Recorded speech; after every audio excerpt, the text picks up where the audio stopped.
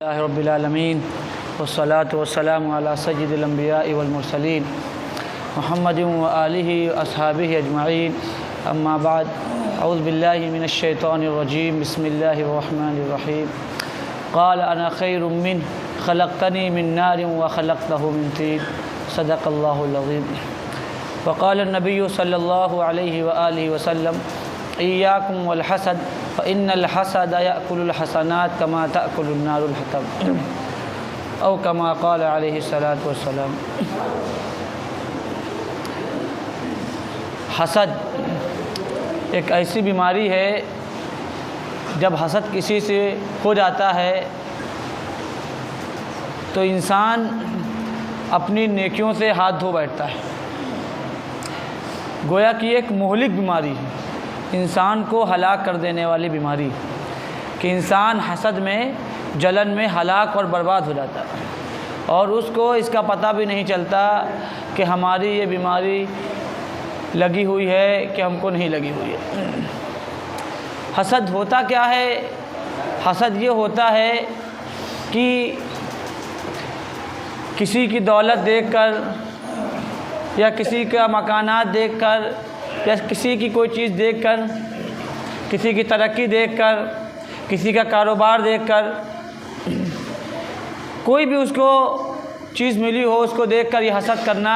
کہ ہمارے پاس یہ چیز آئے نہ آئے لیکن فلاں شخص کے پاس یہ چیز ضائع ہو جائے اور چلی جائے،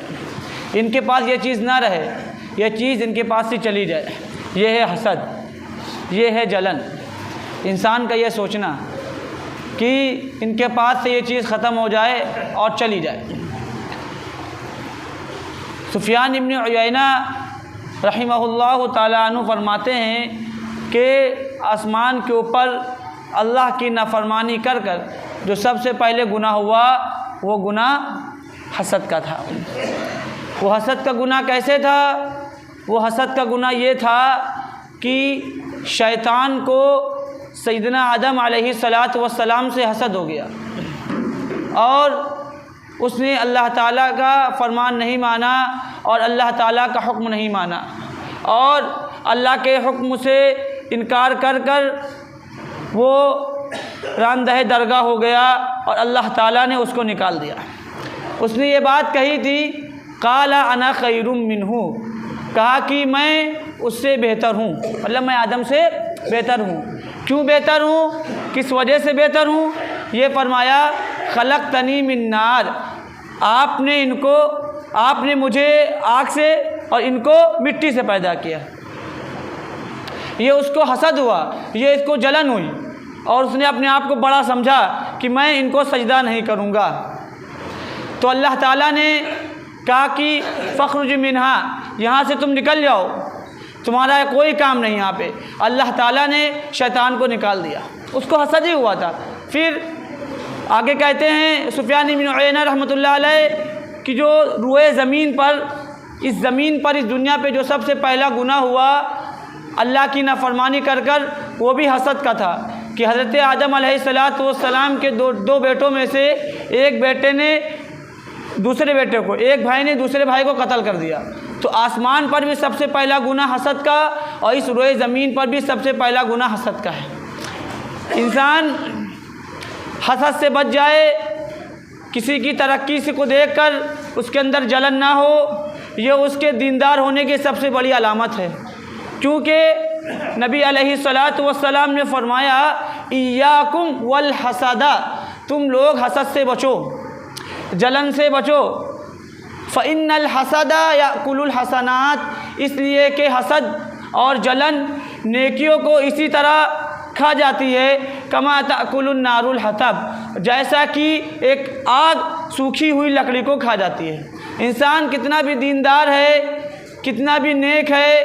کتنا بھی تہجد گزار ہے، لیکن اس کے اندر دوسروں کے لیے حسد ہے اور جلن ہے، تو اس بندے کی ساری نیکیاں اکارت اور زائل ہو جاتی ہیں۔ دوسری حدیث میں نبی علیہ الصلاۃ والسلام نے فرمایا لا تباغضوا ولا تحاسدوا، فرمایا ایک دوسرے سے بغض نہ رکھو اور دشمنی نہ رکھو، اور ایک دوسرے سے حسد نہ رکھو۔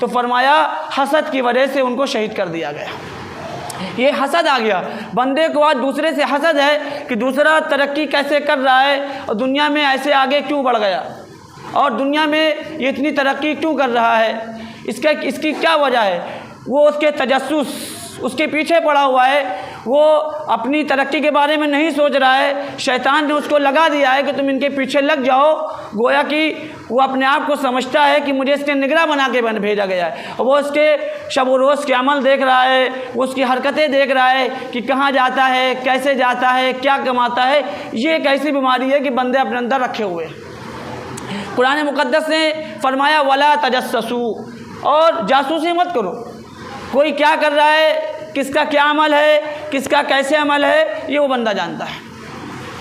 یہ اس بندے کا اللہ رب العزت کا تعلق ہے، وہ بندہ اپنی زندگی کیسے گزارتا ہے، وہ بندہ اپنے شب و روز کیسے گزارتا ہے، یہ اس کا اور اللہ کا تعلق ہے۔ لیکن ہمیں یہ بتایا گیا ہے کہ اس بندے کے پیچھے نہ پڑے، اس بندوں کے ارادوں کے پیچھے نہ پڑے، اس کی ترقی کہاں سے آئی ہمیں اس سے کوئی مطلب نہیں۔ بندہ اگر ترقی کر رہا ہے تو ہمیں خوشی ہونی چاہیے، انما المؤمنون اخوہ، چونکہ مومن آپس میں ایک دوسرے کے بھائی ہیں، اور مومن کا یہ کام ہوتا ہے جب کسی اپنے مسلمان بھائی کو بڑھتا ہوا دیکھے تو اس کو دلی سکون ملنا چاہیے، دلی خوشی ہونی چاہیے کہ ہمارا فلاں بھائی ترقی کر رہا ہے۔ مسلمان کے ترقی ہونے سے ہماری ترقی ہو رہی ہے، ایک بھائی کی ترقی ہونے سے ہماری ترقی ہو رہی ہے، لیکن ہم اس کی تنزلی کے بارے میں سوچیں، ہماری یہ فکر لاحق ہو ہم کس طرح اس کی اس نعمت کو ہٹا دے، اس کی مقام کو ہٹا دے، اس کے لیے ہر دن کوشش کرنا، ہر وقت کوشش کرنا۔ یہ ایک ایسی ضلالت بھری علامت ہے اور ضلالت بھری چیز ہے جس کا قرآن مقدس نے توڑ یہ بتایا ہے کہ بندہ حاسد سے پناہ مانگے۔ کیوں؟ اگر بندہ کسی کا دشمن ہے تو قرآن مقدس نے فرمایا ادفع باللتی ہی احسن فَإِذَا الَّذِي بَيْنَكَ وَبَيْنَهُ عَدَاوَةٌ كَأَنَّهُ وَلِيٌّ حَمِيمٌ، اگر کوئی دشمن ہے تو قرآن مقدس کا ہے اس سے محبت سے پیش آؤ، پیار سے پیش آؤ، ہو سکتا ہے کہ وہ تمہارا دوست بن جائے۔ لیکن اگر کوئی حاسد ہے، حسد کرنے والا ہے، جلنے والا ہے، لوگوں کی ترقی کو دیکھ کر جلتا ہے، تو اس کے تعلق سے یہ نہیں کہا کہ اس سے اچھے سے بولو، کہا اس سے پناہ چاہو، قل اعوذ برب الفلق من شر ما خلق ومن شر غاسق اذا وقب ومن شر النفاثات فی العقد ومن شر حاسد اذا حسد، اے اللہ میں پناہ چاہتا ہوں حسد کرنے والوں کے حسد سے۔ تو اللہ نے کہا ان حاسدین سے، یہ جو جلنے والے ہیں، اس سے پناہ مانگو۔ اسی لیے انسان کو ہر روز فجر کی نماز کے بعد اور مغرب کی نماز کے بعد معوذتین کو پڑھنا چاہیے۔ معوذتین پڑھنے سے انسان حاسدین کے حسد سے بچا رہتا ہے، چونکہ نظر بد انسان کو بالکل ایسے گرا دیتی ہے صحیح سالم انسان، اور حسد انسان کو ضائع کر دیتا ہے۔ تو جو نبی علیہ الصلوۃ والسلام نے فرمایا کہ ایاکم والحسد، تم حسد سے بچو، بچنے کے لیے کہا ہے کہ حسد کبھی اگر آئے تو گویا کہ اللہ کی طرف اپنے دل کو پھیرو، اے اللہ یہ نعمتیں آپ کی دی ہوئی ہیں۔ انسان جب بندہ جب حسد کرتا ہے تو گویا کہ وہ اس بندے سے تو حسد کر رہا ہے، لیکن اللہ رب العزت کی جو نعمتیں ہیں ان پر ایک اشکال کر رہا ہے کہ اللہ آپ نے یہ نعمت کس کو دے دی، آپ نے یہ نعمت اس بندے کو کیسے دے دی، اس نعمت کا حقدار تمہیں تھا۔ گویا کہ بندہ اللہ تعالیٰ کو غلط ٹھہرا رہا ہے۔ سیصیب الذین اجرموا صغار عند اللہ وعذاب شدید بما كانوا یمکرون، قرآن نے فرمایا جو لوگ مجرمانہ باتیں کرتے ہیں، جو لوگ غلط باتیں کرتے ہیں،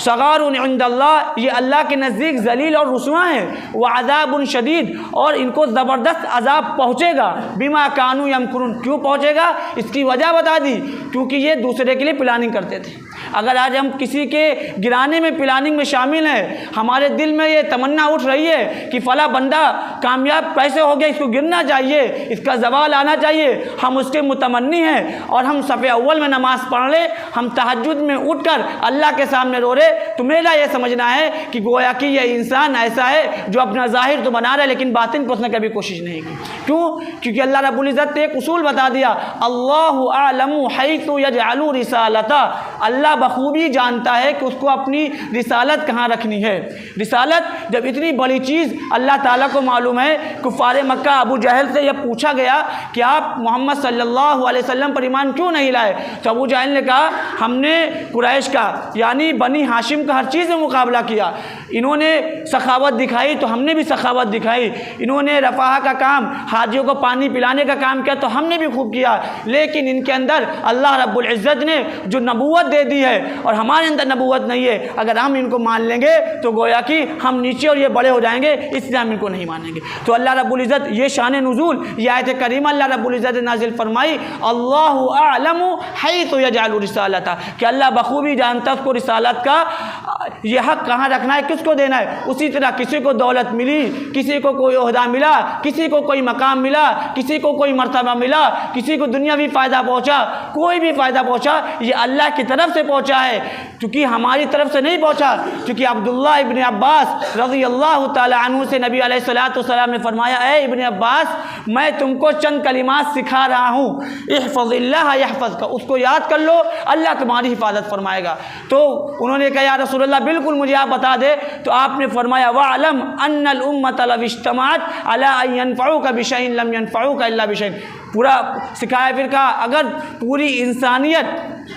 اور جنات اس بات پر جمع ہو جائے کہ تمہیں کوئی نفع پہنچا دے تو وہ نفع نہیں پہنچا سکتے اتنا ہی جتنا اللہ تعالیٰ نے لکھ دیا ہے۔ پوری انسانیت جمع ہو جائے اور وہ نقصان پہنچا دے تو نقصان نہیں پہنچا سکتی سوائے اتنا جتنا اللہ نے لکھ دیا۔ پھر فرمایا رفعت الاقلام وجفت الصحف، قلم اٹھ گئے اور سیاہی خشک ہو گئی۔ تو اللہ کسی کو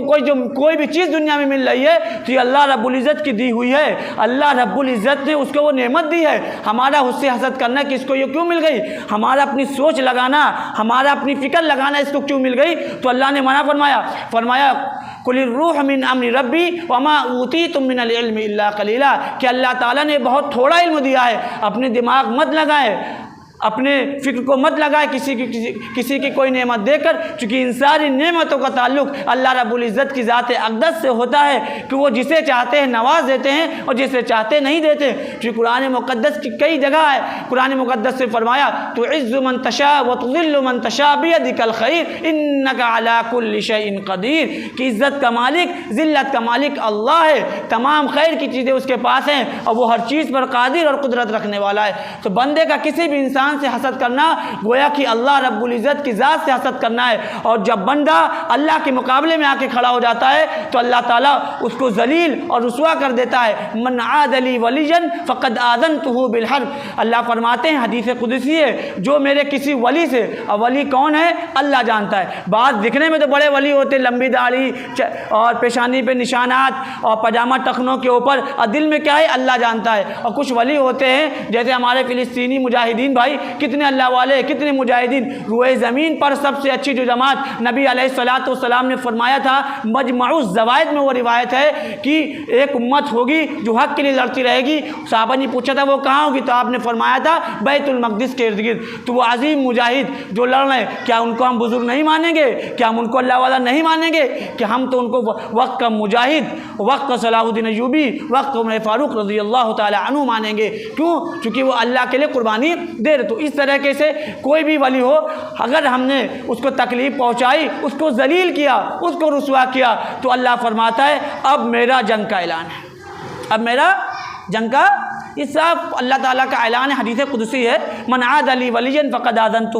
بالحرب، تو جنگ کا اعلان۔ تو بندہ کسی سے حسد کر رہا ہے، کسی سے جلن کر رہا ہے، تو عزیزان محترم یہ سمجھیے کہ وہ اللہ تعالیٰ سے مقابلے پہ اتر آیا ہے، اور جو بندہ اللہ تعالیٰ سے مقابلے میں اترے گا صغار عند اللہ، اللہ اس کو بہت بڑا ذلیل کرے گا۔ وہ بندہ حاسد کے نام سے مشہور ہو جاتا ہے، وہ بندہ اپنی اس مہلک بیماری میں ہر وقت گھلتا رہتا ہے، ہر وقت پریشان رہتا ہے، یہاں تک کہ پریشانی کے عالم میں وہ گھلتا چلا جاتا ہے۔ آپ دیکھ لیں جتنے حاسدین ہیں ایک دوسرے سے حسد کرنے، ان کا کیا عالم ہے، کبھی کچھ ترقی نہیں کر پاتے، وہیں کے وہیں رہتے ہیں، وہیں کے۔